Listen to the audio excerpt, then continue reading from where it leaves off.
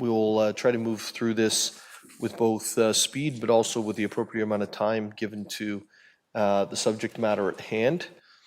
There are no items for discussion on tonight's agenda, and we're going to go right into the number 2, which is strategic plan updates, encampments.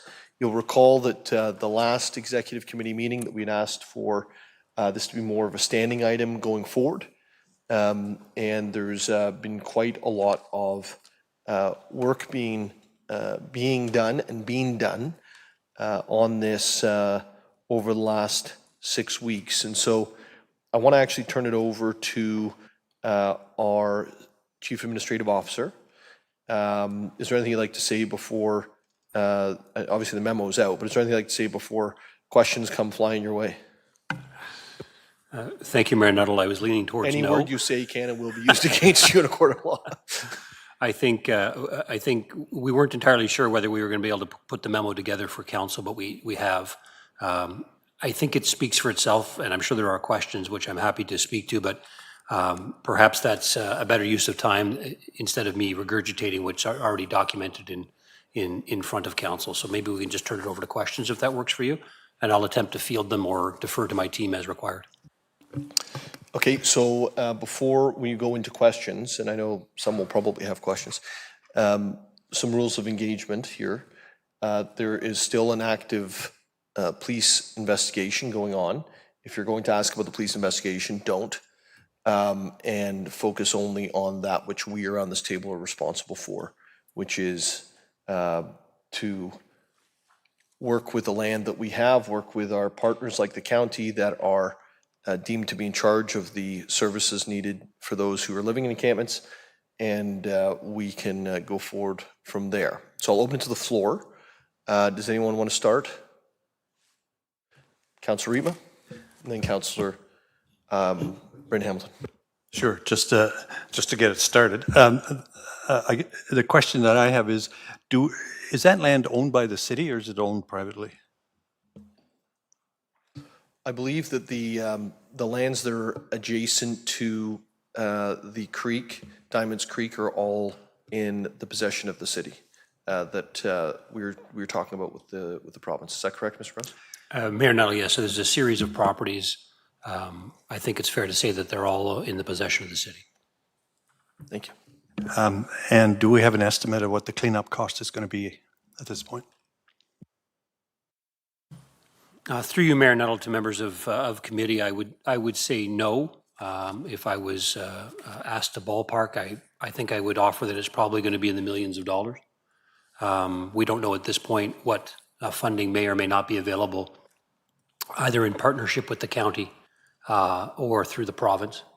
And I would also offer that, the cost that we speak to, we certainly are itemizing, but the county carries a significant cost on their own as the service manager for this. So the social services, the motels, the outreach, all of that is actually paid for by the county. The city really owns the security and the cleanup of the site itself. Thank you, Councillor Reitman. I'm now going to go to Councillor Hamilton. Thank you, and through you. First, I want to compliment the staff and say thank you for getting us this memo. I think this is very, helpful information, and I recognize this was probably a challenging situation, and a lot of moving parts that are still occurring between the city and the county and the province stepping in, the police. But I guess from my perspective, it's just looking at some of the pictures that were provided in the memo and in the state that this area was in. And the cost that it's going to take, but the safety concerns for the people who were living there, to people in the surrounding area. How do we prevent something like this from happening in the future? And what perhaps can we take away from this? And I don't want to say to deal with other encampments, but there are other encampments across the city. And I understand there's, challenging with shelter space, but this is just, it's unacceptable, right? And on many, many fronts. But I was floored when I saw these pictures and the real safety concerns for people living there, but surrounding people, and just for the city, the way the land's treated. The environmental impact. All of these are significant. And I hope there's a lesson learned. I hope there's a takeaway here. I hope the county, after the immediate cleanup is done, is going to look at how we prevent this. I'm not sure what the city's role in that, but I hope the city can at least encourage the county and encourage the province to be looking at this, what can be done, because we cannot have this happening again. And I know it is, maybe it's just smaller degrees, but I mean, I know this encampment's been placed for quite a long time. And I was even told, don't go there by yourself. There's safety concerns, there's a lot happening there. Like, why did we let this go? Why did the county let this go? So maybe CAO Prowse, it's to you in terms of what is the city's role going forward to make sure this doesn't happen again. Sure, through you, Mayor Nuttall, to Councillor Hamilton and committee. I think if I backed up just a little bit, and I think I probably have been remiss in not recognizing Rebecca James Reed and Jeff Schmidt, who inherited this last week while I was traveling, and did yeoman's work. And Rebecca has been voluntold into the position of coordinating this over the last almost 2 weeks now, and we hope to get her summer leave soon. But she's done a remarkable job on a very complex file. So certainly the city was aware of this sites really. The challenge for the city, as members of council are certainly well aware, is when we deal with an encampment, because of both legislation and rules of the courts, one of the first things we need to be able to confirm is that there is adequate housing available through our service manager, that being the county. This has been part of Mr. Schmidt's discussion for months now with the county, so it's not new. The size and scope, this site we believe housed between 40 and 60 people, I think at last count. Is that correct, Rebecca? That's the number of people who are currently living on the site that have been given the trespass notices. There was probably an additional 40 people on the site that was subject to the police investigation, which is now vacant, that site. Thank you. So you're dealing with potentially 80 to 100 people. So the first bridge we have to cross is we have to confirm through our service manager that we would have upwards of 100 rooms that are appropriate and adequate for those individuals before we can move them out of an encampment. That has been a dead end for the city, as the county as a service manager has been unable to provide and confirm that housing. So that is the starting block, because many people wonder, why haven't we taken action first on this? That is the bridge we could not cross. What was different about this approach was the police investigation required them to control the property and move out the individuals that were in the property. They do that through their own purposes, and they don't ask for rooms and they don't ask for the city's permission. We were served with a search warrant. They closed off the site and they conducted their investigation, and some of that work is still ongoing. But when they were turning the site back to the city, vacant, but in terrible condition, we were faced with a number of things. As owners of the property, we've got public safety concerns. And with the site being vacant, that presented to us both a window and a challenge, because the former tenants would surely move back into the site and reoccupy the site without us being able to clean it up. Mayor Nuttall was certainly instrumental in demon dialing on his phone to raise awareness at the province to get additional support and oversight from the Ministry of the Environment. We called in the health unit. Frankly, they declined to show up, I think well, they answered our call. They opted not to show up on site. Ministry of the Environment did show up on site, and they supported our position after a couple of iterations of discussions, which is the site is unsafe for human beings. That effectively triggered an emergency with the service manager, that being the county. That emergency unlocks additional funding and abilities, I believe, through the county. So they were able to cobble together, I think they had at least 60 odd rooms that they could confirm for the city were adequate and appropriate. So then we could start working through the triage with them for the residents or former residents of this land. And that's a critical piece for the city to be able to action encampments. So because it was effectively an emergency, it allowed the city to proceed in that manner with the county. As members of council are aware, we activated 29 Sperling as an emergency rest area. The county activated their Tiffin site as a triage, and I'm going to call it emergency rest area. But I think they also had, 10 beds on site if they needed them. All of that had to be in place before we could effectively close off the site to attempt to reoccupy it with the support of fencing, security, Barrie Police, paid duties, and the social workers and outreach. So it's a very complex and fluid situation. And I didn't want to belabor the point, but I think it's important for the public and members of council to understand how complex it is to deal with these types of situations. And in fact, we still would not be in a position to have addressed it or even attempted to address it if not for the police investigation, which initiated the securing of the site and the removal of the residents there. It's how we dealt with the next 2,700 steps, which really comes back to the city as the owner of the property. So I hope that gives some color to it. And certainly, Councillor Hamilton, I think we have learned some things from it. But the reality is, we are in a housing crisis. The unhoused in our city are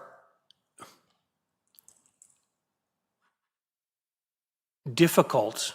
Sorry, I'm searching for the words to make sure I use the correct vernacular. It is difficult to provide the supports.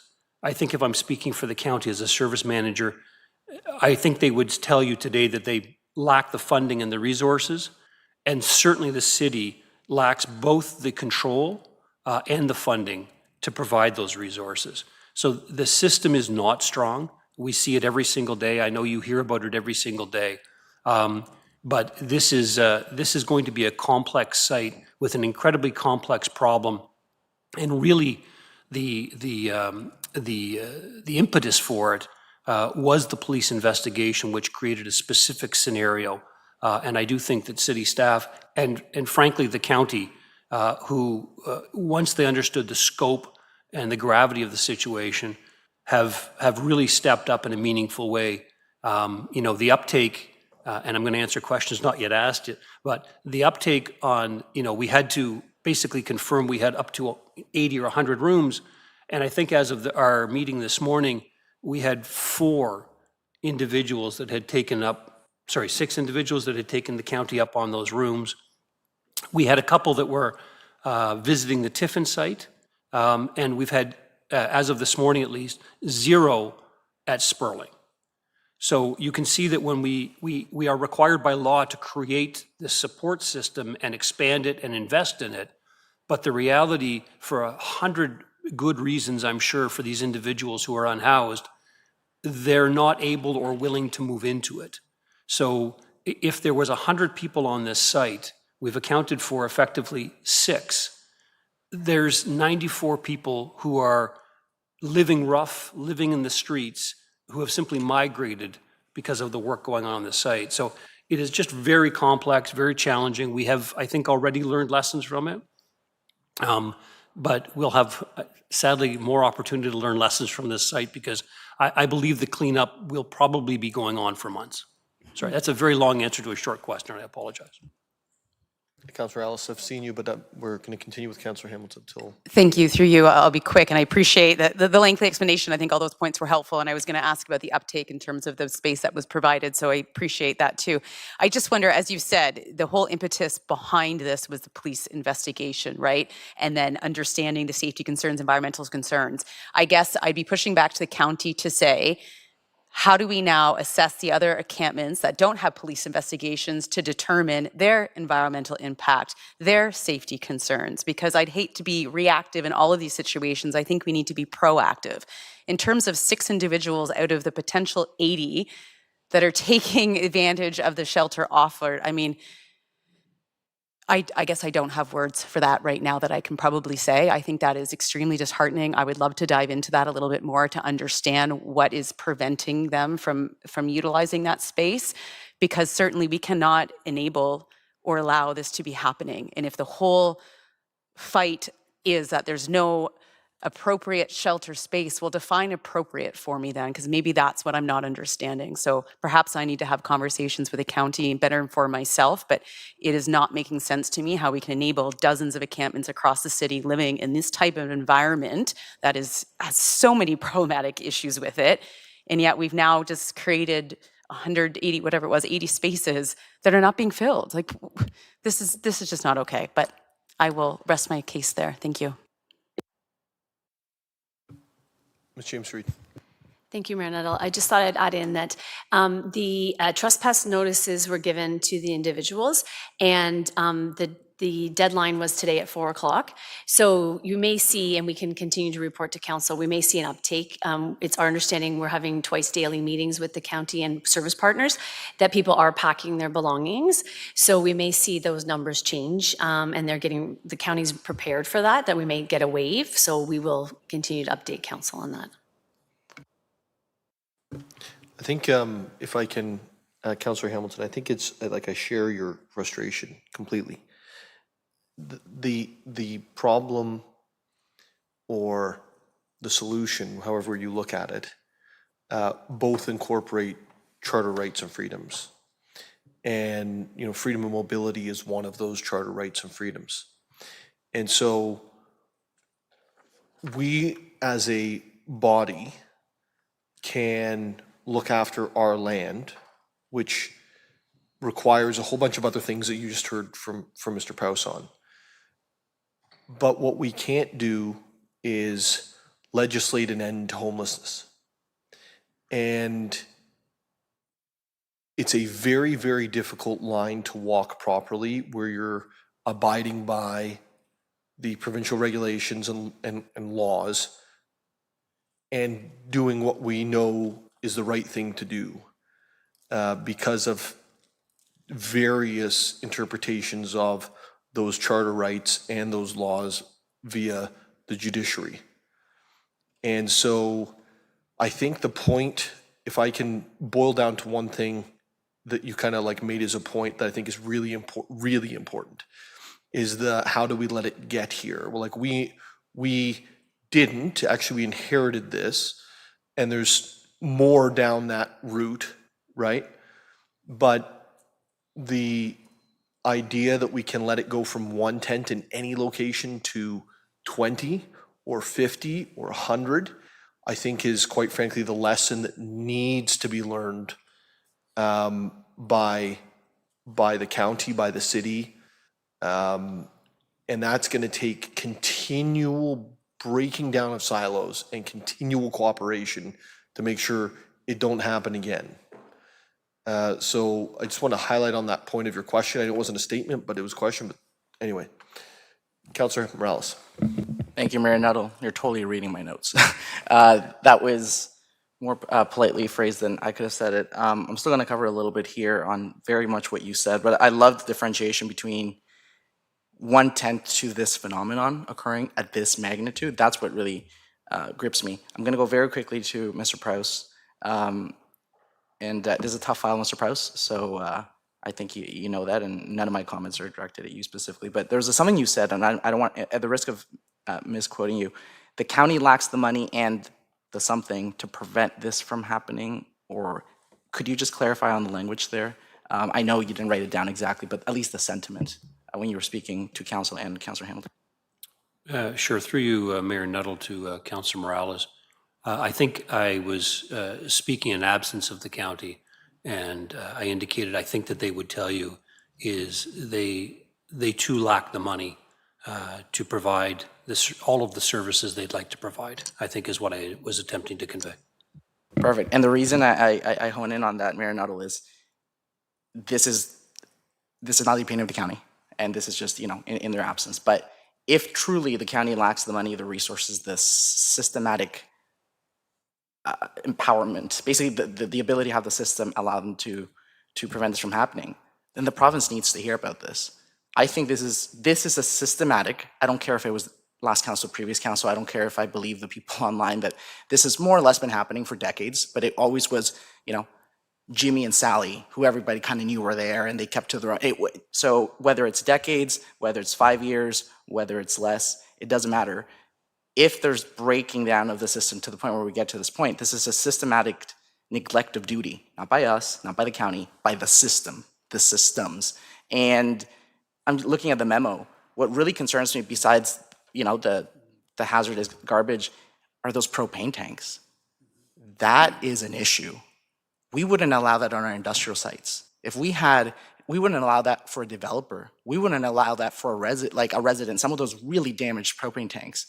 And we are allowing this. So there is a safety component, there's a humanity component, there's an environmental component. This cannot happen again, and I actually think this is a very compelling case study for involuntary treatment laws. That's not up to us. That there's some sort of degree of advocacy, and I know that's complicated. Homelessness and treatment is not necessarily the same thing, even though there's a lot of overlap. But at what point, I've heard before, there's no point in giving somebody who's homeless, who doesn't have anything, a ticket. So you don't give them a ticket, and you don't give them a ticket, and then maybe homelessness becomes aggressive behavior sometimes becomes addiction. And at what point do you build a case to feed into involuntary treatment laws to get people the help and prevent this from happening?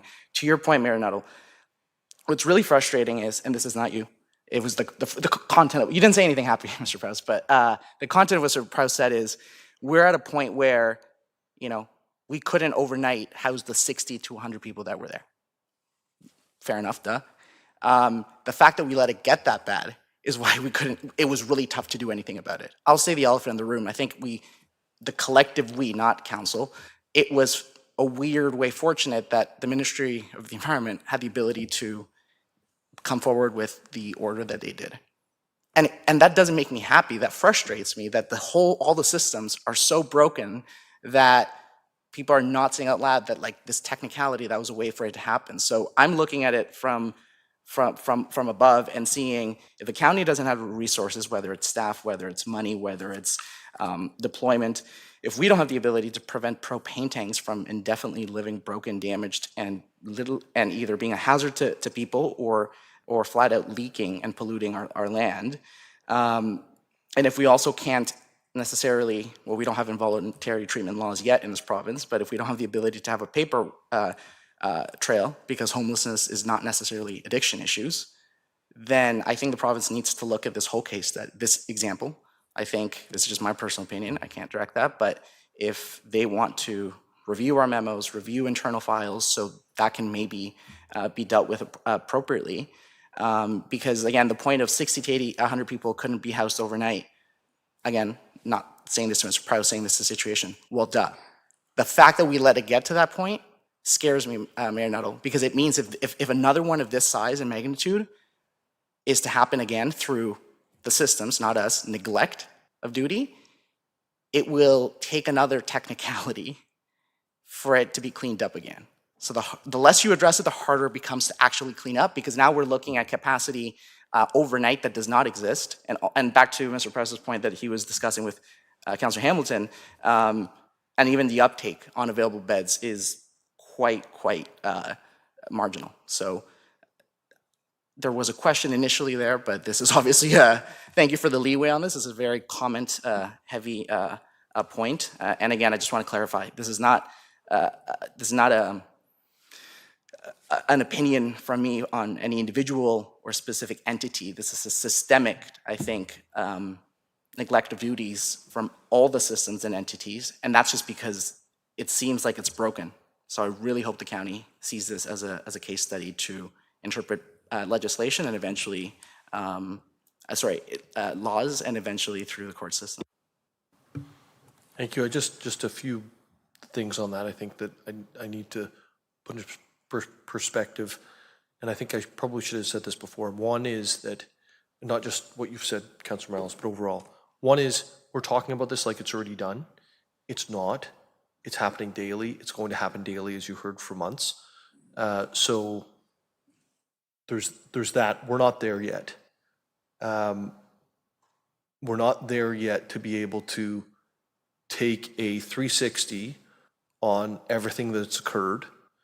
We're not there yet. We don't even have information from the police yet as to why this entire site was set aside and investigated for, I don't know, 8-9 days, something like that. Yeah. And so there's a lot of things that are still happening now that are going to be pertinent to the eventual 360 review of what's occurred. There's some specific things that I have real issue with that I've shared with CAO Prowse and with Ms. James Reed about looking to partner organizations to respond. And I don't think those are conversations for today. And then there's the involuntary piece. You know, Dan Carter, I don't know if anyone knows Dan Carter or of him. He is the mayor of, he's going to kill me if I don't get this right, Oshawa? Okay, well, I heard that from our CAO, so if it's wrong, it was him. And Dan suffered from addictions, heavy addictions, and came back from it. And it was I think it was a third intervention by his family and friends. But one of the things that he always reminds me, I think I've actually heard the deputy mayor say this as well, is like involuntary treatment already exists. If you're using drugs and you are overdosing and somebody hits you with naloxone or a like drug to bring you back, you don't have consent to do that from the individual, unless they have a note written out there saying if I'm overdosing, bring me back. But I haven't seen that before. So there already are instances of involuntary treatment. The problem is our involuntary treatment is at a moment of time and doesn't go any further. And I've been advocating for this in our federal parliament, to our provincial legislatures. For 7 years ago, I wrote that report saying that's the way to go. And we're almost there, I think, in Ontario. We're not quite, but we're almost there.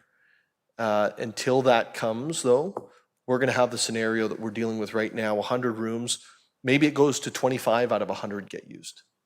We know once they get into that the county is very successful. They said 12 out of 16, 75%. But getting those individuals to accept, it's a rough road.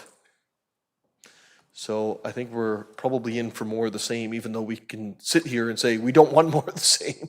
And of course we don't. I think we're in for more of the same until that legislation changes, like you said. I think I saw Councillor Harris. Did you have? Hey, thank you, Mayor Noddle. And great questions and comments so far.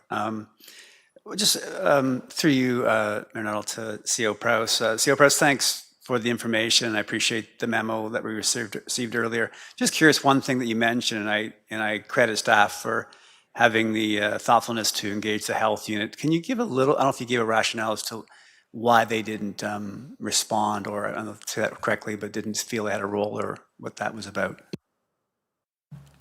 Through you, Mayor Nuttall, to Councillor Harris. Excuse me, I'll ask Rebecca James Reid to fill in the color, but my recollection was they did respond. We requested they come on site to investigate the nature of the site, given our concern for public safety. They declined and told us we could send them drone footage, I think, and videos, and they would be happy to examine it. I'm not sure they gave a specific reason for them declining. Rebecca, do you know? Through you, Mayor Nuttall, they did indicate that they would wait and see the Ministry of the Environment to go on site first, and then they would like to speak with the inspector. And I did push back as acting CAO to say we were surprised that they weren't going to go on site, and we engaged Councillor Kungle as the chair as well. But maybe Mayor Nuttall would like to add more because he was involved as well. In all honesty, Councillor, I think that that's an answer that needs to be fully answered another day. And until that point, I think, I don't want to go anywhere with that. If you can accept that, that would be great. Yeah, I can curb my curiosity. I was just curious, and I appreciate that they were called. I think that was a thoughtful addition to the effort to respond after hearing what the environment concerns were. So thank you for that. I was just curious, and maybe again through you, Mayor Nuttall, to CO Prowse. This is the second, if I'm remembering correctly, significant encampment-related response we've been involved in, the last one being Bursey Park. And just curious, I know it's been stated, and I appreciate that the real, the activating piece of this intervention was the police interaction. And I suggest that's, in my recollection, somewhat different than the action that motivated the change at Bursey Park. I wonder if you give a little bit of a context so people understand the difference between the action that was initiated at Bursey, which I don't believe was necessarily because of a illegal something significant with police, or was it? But maybe I'm misremembering. So if you could maybe differentiate why those two responses. Sure, happy to. Through you, Mayor Nuttall, to Councillor Harris. Your recollection is correct, Councillor Harris. Bursey Park was initiated by the city. Mr. Schmidt and his team meet with the county and the outreach workers, et cetera, as part of what I'll call a table. I think you meet every week or every 2 weeks. There is an ongoing list of encampments in the city. We're not unaware of them. What the team does is they effectively triage them, both from locational challenges. Is it near a school? Is it in an open park? Is it in an area that is going to cause concern over safety and things like that? Part of that discussion includes the county confirming that they have the capacity to take on the unhoused if we have to move them out in conjunction with the police. Bursey Park was a large encampment, but certainly not in the scope and scale of this encampment. But we were effective in getting the county to put together enough available, appropriate housing units, beds, and then the city worked to secure the park, given our legislative authority. So it's a different situation. That is typically how we do approach encampments. Most often, council doesn't hear about them because they are maybe 1 or 2 or up to 4 people. I think it's fair to say once we get beyond sort of half a dozen, it is problematic to get our service manager to confirm that there are enough available, appropriate beds. I don't want to speak for Mr. Schmidt, but maybe you can just confirm that. I think that sort of has been our experience. Beyond half a dozen sort of becomes a hill too high. So smaller encampments we tackle, certainly ones that are right in front of the public, we tackle. It's usually a onesie twosie. The larger ones become much more complex, but for sure, Bursey Park was initiated by the city as part of our protocol, and this was not. This was initiated after the police secured the site. Great, thank you. Just maybe along that theme, I'm curious, and I think most of us know, and those of us who have connection to that area, it's not in Ward 8, but I have a lot of connection to those who may have businesses in the area, and I know, I'm sure Councillor Nixon's had a number of calls over the years. Was the site an area of concern for Barrie Police Services? Was it a hot spot or a harm spot based on their calls for service and concerns? Was it on their radar? Through you, Mayor Nuttall, to Councillor Harris. I don't want to speak for the police. I don't believe so. It was not considered what I'll say a hotspot from our perspective because it was not in close proximity to schools. It was, back from the streets, et cetera. So I would say from the city's sort of triaging of it, it was not considered a hotspot in that regard. And because of the size of it, it just became something that, until we could confirm available beds, we couldn't tackle. Okay, thank you. And maybe one other question. I think, given where it was, and as we see the overheads, and you can see the pond and the streams, the creek, is there, as we look forward, and I think Councillor Hamilton had kind of touched on this, look forward, the lessons and the opportunities to avoid something like this in the future. Environmentally sensitive areas. Now, I know this is considered that, but clearly it's an environmentally impacted area. Is that something that, again, I know there's the competing rights and responsibilities around encampments and people being able to be on public lands. Are we precedent setting here, or is there some other areas that have gone through this where the really significantly sensitive areas are impacted and have to be dealt with? Are we new into this area, or has somebody else experienced this? Sorry, Councillor Harris, I was looking around to see if somebody wanted to jump in on that. I think I'm going to venture that this is uncharted territory. This was an exceptionally unique situation. Multiple service providers, multiple, the ministry, the health unit, the city, the service manager through the county, and all of their tangential providers. So I think I would go out on a limb and say this is probably a pretty unique situation. I don't believe, subject to pretending I'm a lawyer, I don't believe there's a delineation between environmentally protected land owned by the municipality and land owned by the municipality, which I think was part of your question there. Is there sort of a sensitivity meter that we can utilize? At this point, I believe there is not.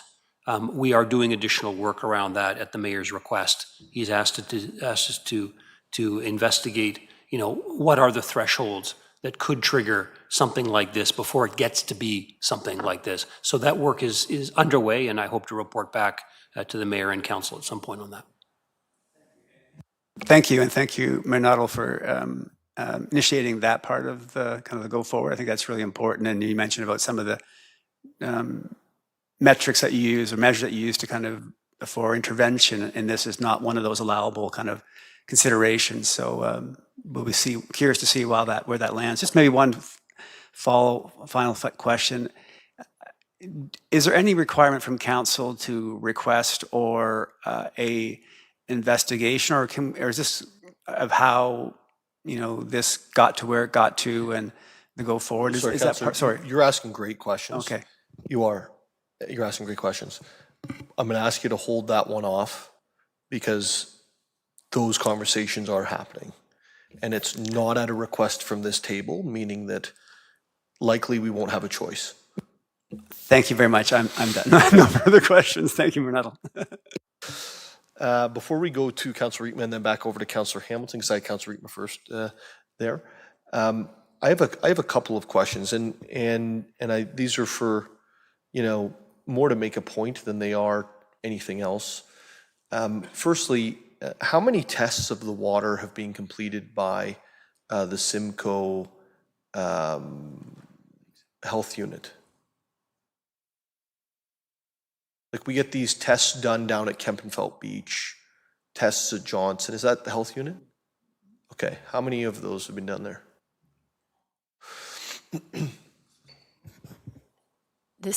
Mayor Nuttall, are you referring to like beach sampling tests throughout the summer?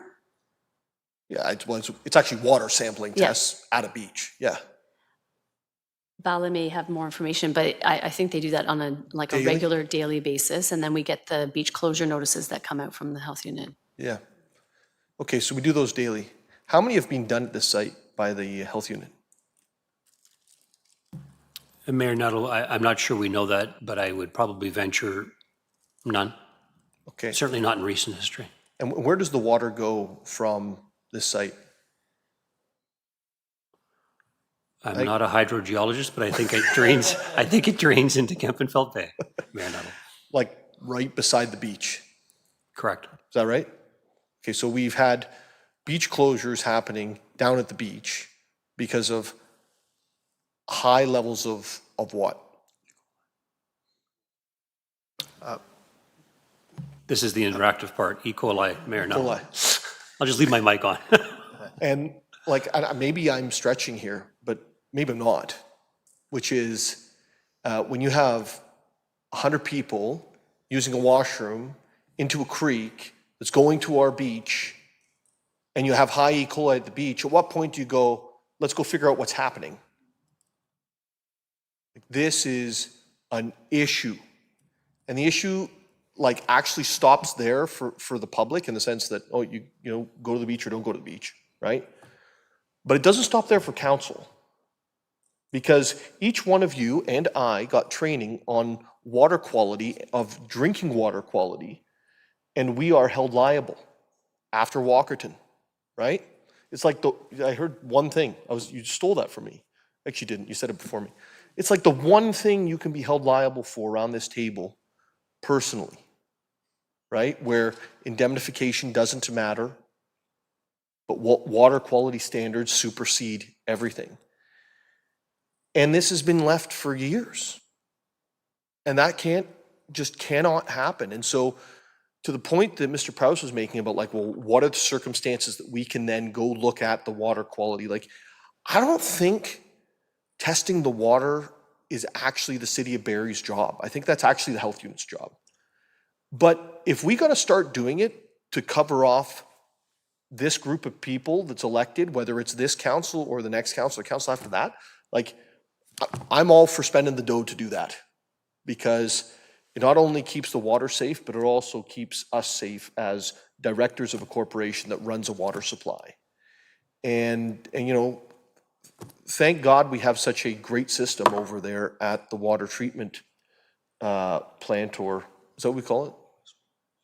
Surface water treatment plant, that's giving us by the second or every 2-second data. But imagine for a second that that thing went down, right? And we've got to switch back to a complete well system for the city. Like, are you folks comfortable? Because I'm not. Like, just being honest. So I think that there's a wide range of things that need to be understood, investigated, and reported back on to make sure that we don't miss the entire point of what we're going through here, and then have this issue down the road in a more severe way than we're experiencing today. And it may be that the pollution control, I think we call it the pollution control center, it may be that, you know, there was a lot of stuff going there and that was the source of any readings down at the beach that were no good. Or it may be because the creek goes out there and you got 100 people that have a system that's not a system, right? So I think it's all of these things need to be figured out in a very comprehensive way going forward, so we do not end up here again. Councillor Rietma. Thank you, Mr. Mayor, and I very much agree with what you've just said, and I think it leads into the bigger picture question. And I know it was asked here, you know, what lessons have we learned? How did we get here? And I think it's a systematic issue getting here, and what we're doing, because this is not the only encampment we have in the city, what we're doing here is slapping a Band-Aid on a problem that is not only Barrie's, but it's every municipality in all of Canada, really. And I want to go back to about 1990-ish, when before that time, the federal government and the provincial government had a program, and I think it involved municipalities, whereby they built housing, rent geared to income. And that took care of, you know, a lot of people who were at the very bottom of the income scale. And in 1990, both the federal government and the provincial government got out of that business. And you don't notice the problem a year or two later. But 35 years later, that's where our problem comes from.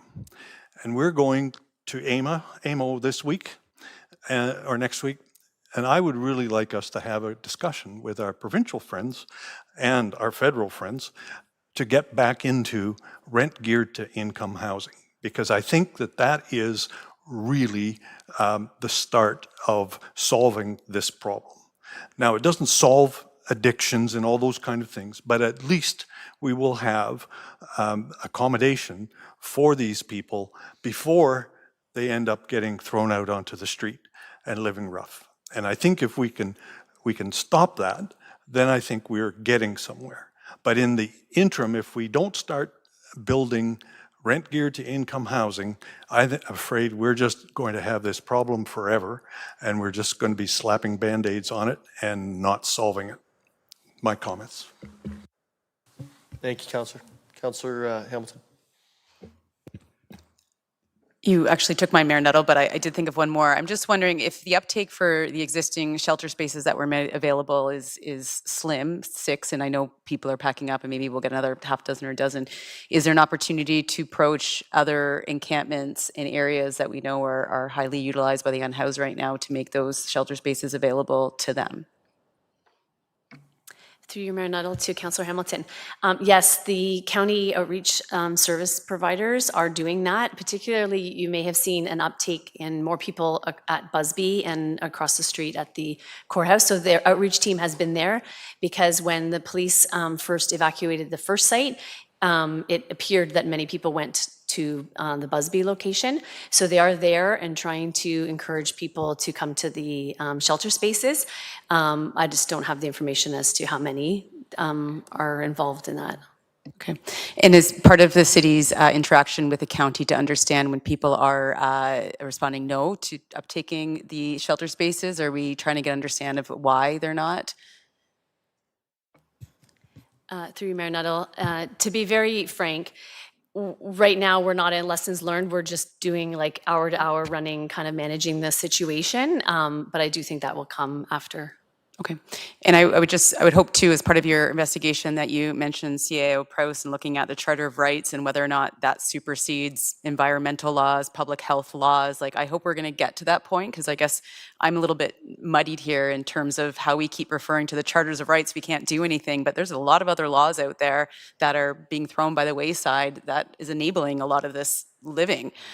So I would love to really understand at what point do we look at some of these laws at play and the impact to other citizens that live in this city, and how does that all come together? So not for today, but I do hope that's part of the investigation that you referred to. I have Councillor Kungle. Thank you, Mayor Nuttall.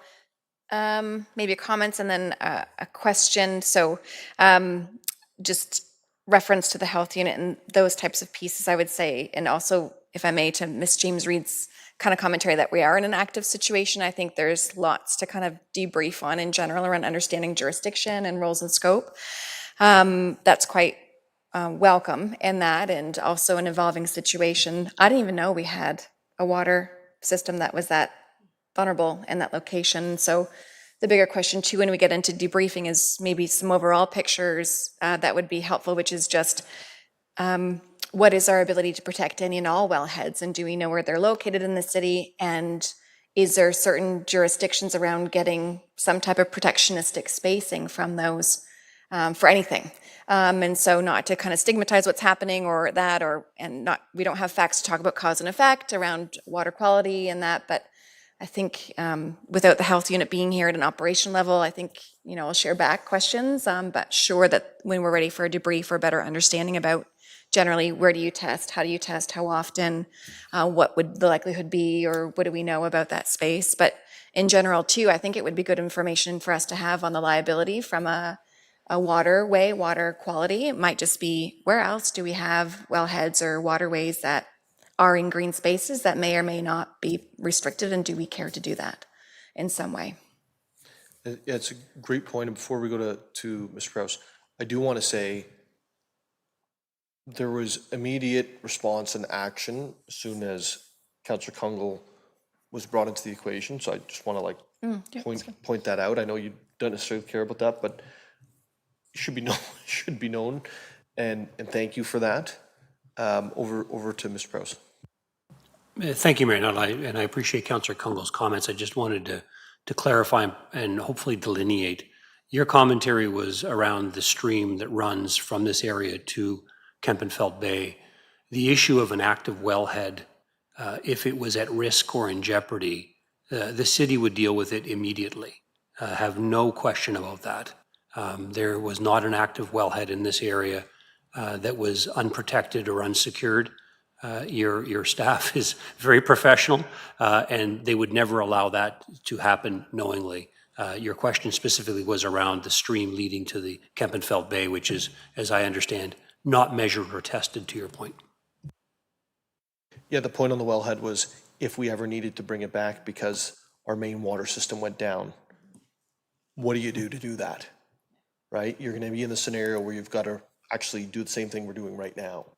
So, water redundancy is an incredibly valuable thing to have for the City of Barrie. And not just valuable as a resource, but like valuable in case. And I would question whether we actually have it fully right now, because that isn't the only wellhead. I think there's other ones. Like we've had other requests where we've said, no, we can't sell a piece of land because there's a wellhead on the piece of property. And so they do keep track. I think maybe between between Mr. Prowse and between Bala, they'll be able to get a list and make sure that there's no co-location between encampments and wellheads. Thank you, and if I may, I think that's, thank you, CEO Pros, for the clarification. I think it's a good discussion, but on that too is around then, how do we do that? So if we restrict it, or that, it'd be good, even as a general information session, to say, what are our backup plans? Like how vulnerable are we should some things deteriorate or be compromised? And then two, the waterways or streams around in general, high likelihood of public access. So do we have a risk framework around likelihood of contamination or use? And then again, proximity to activity that we know might occur. And then if we need to, how do we create a boundary of restriction there that's appropriate and respectful and clear to the public? Yeah, but my other comments would just be thank you, because while, I'm not in the full picture, nor do I need to be, of course, you pulled in where you need to be, but definitely have viewed this to be something where just want to say thank you to those involved in this. I know I am getting calls because of a relationship effect into Ward 3. Everyone is very positive about it, got positive feedback about how things are happening, but definitely want to just say how pleased I am about the compassionate and very professional approach taken with this, and also very mindful. So it is a dynamic, very complex situation, and I would just say thank you to those that probably spent their weekend on an evolving situation to make sure people are cared for through the situation. Thank you. Mr. Morales, Councilor Morales. Thank you, Mayor Nuttall. Councillor Hamilton, your comment really resonated with me, which was there's probably so many little laws and bylaws that are being broken and ignored as they're broken that contribute towards this.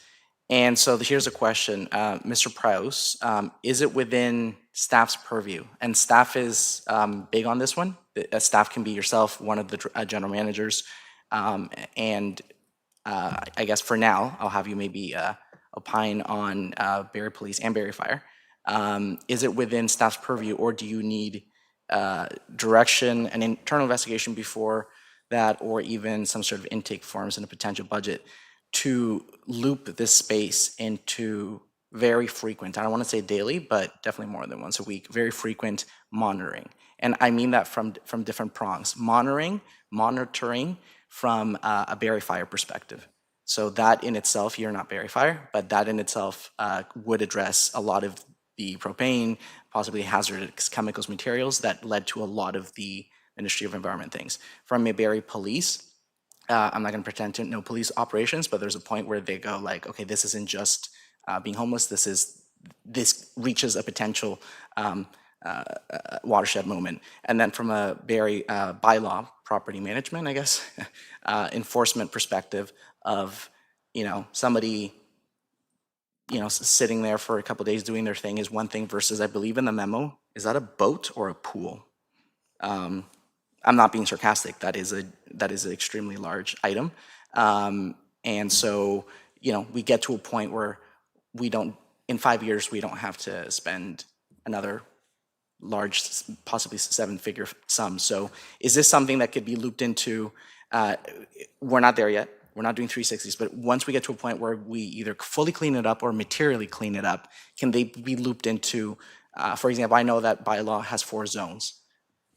That's as basic as I know. They have 4 zones and they schedule it and they do their thing. I don't know how Barrie Fire and Barrie Police operate their logistics, but is there a way that this space can be looped into? Because this is gonna need, if not daily, very frequent enforcement. Otherwise, it's gonna keep happening again.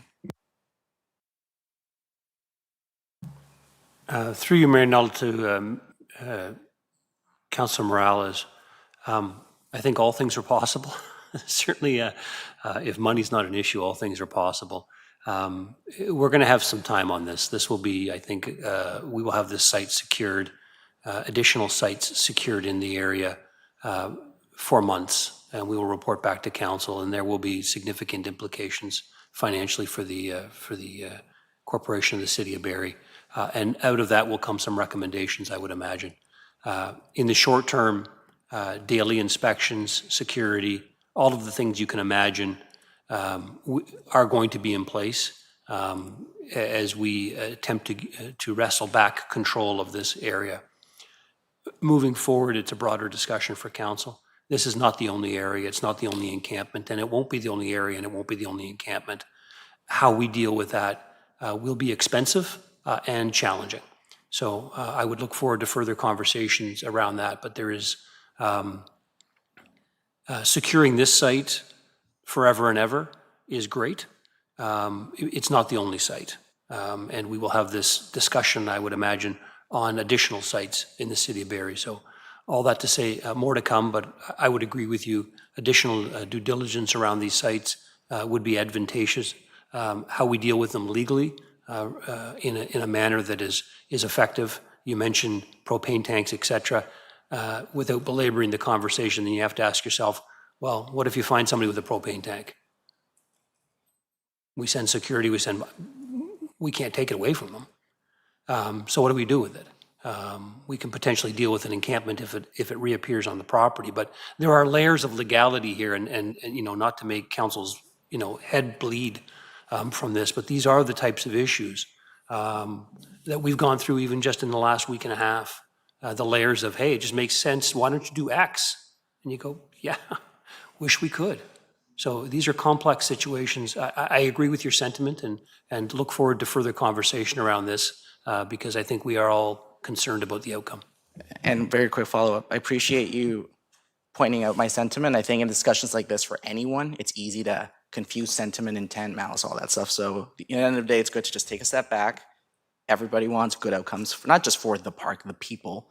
But would it be fair to, will council expect, so once you get to that point, that you go, okay, we can do this internally, there's no cost impact. So I don't know the routes, but let's say one of the three that I listed can have one of existing staff just do a loop, send 20 minutes, 30 minutes, and there's no impact to the budget.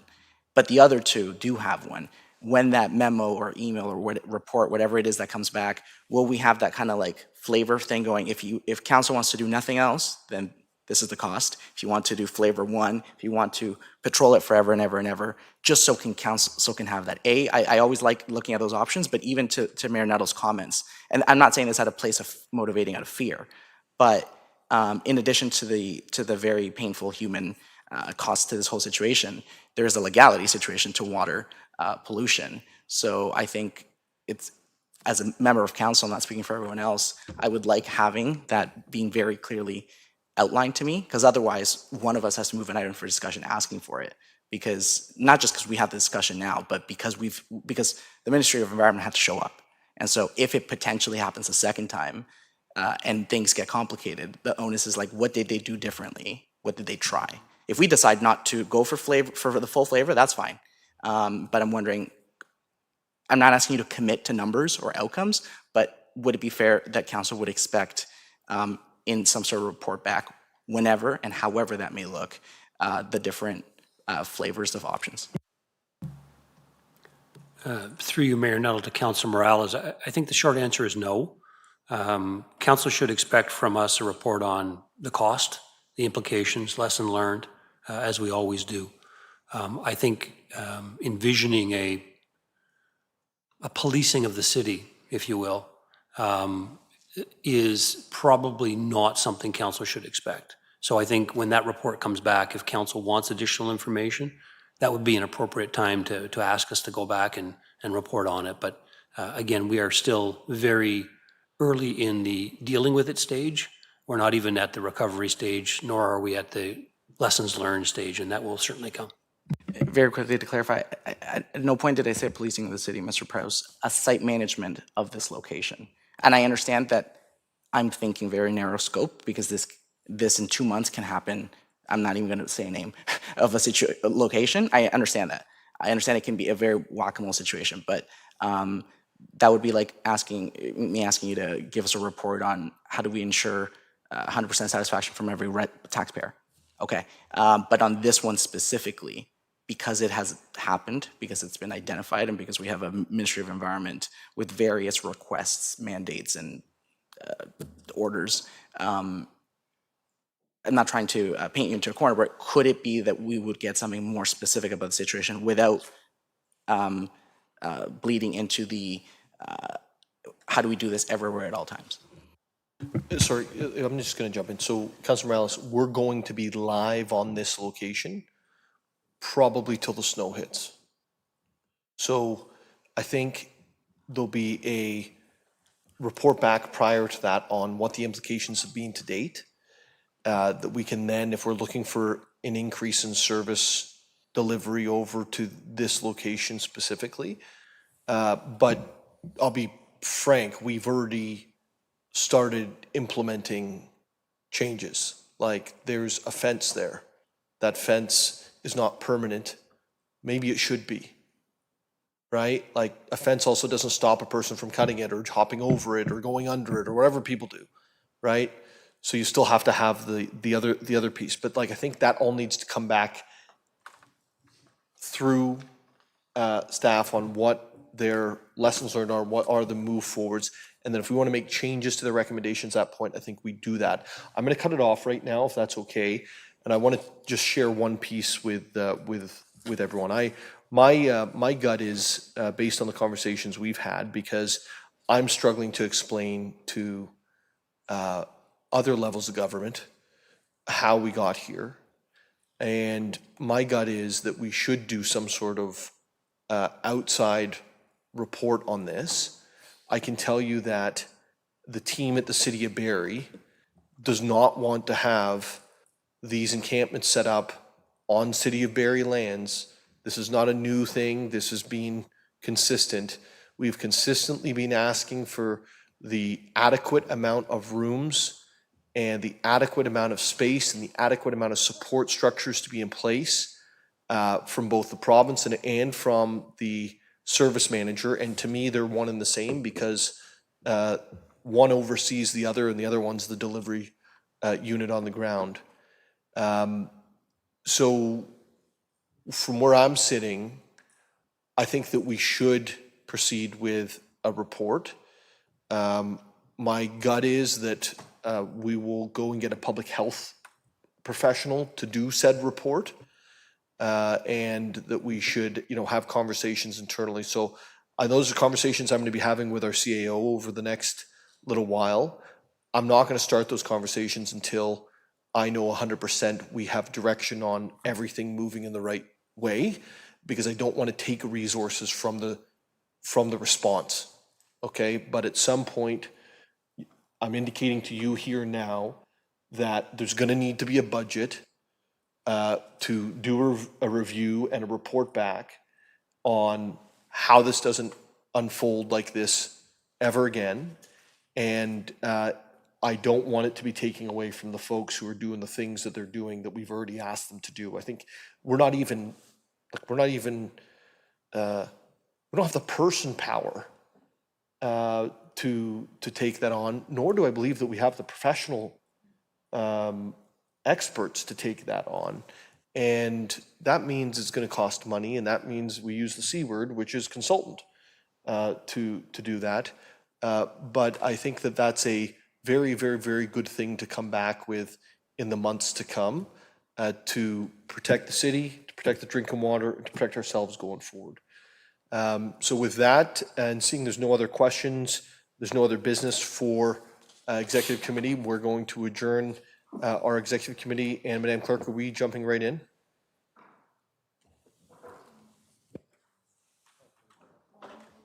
5-minute break. Okay, we'll start at 6:10.